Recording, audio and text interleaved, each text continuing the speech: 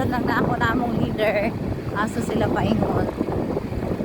So, salamat sa atoang driver. So, muna pasulod dito sa mainit. Mga Mars, anak. So, kami lahi amo ang tuan, no? Lahi amo ang tuan. Diripi paingon, kung asa ni sila paingon. Okay.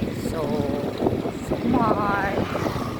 Masulod ta karon sa barangay Paco.